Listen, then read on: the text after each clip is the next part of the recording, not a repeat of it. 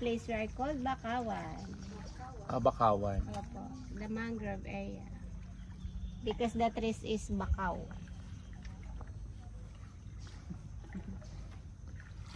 Sorry, ma'am.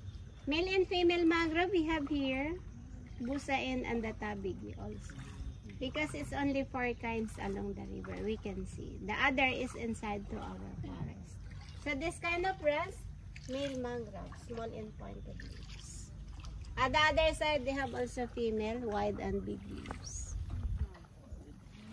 Rhizopora apiculata, the scientific name of male, and Rhizopora macronata, the scientific name of female.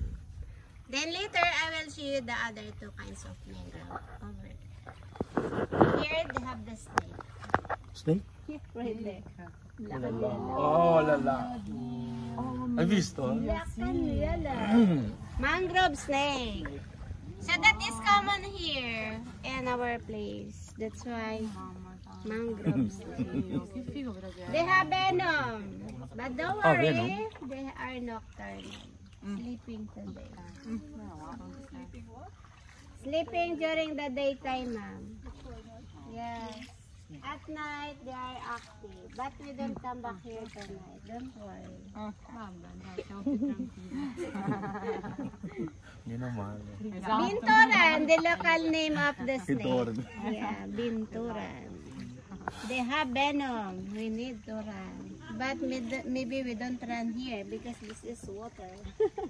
We don't run in the water.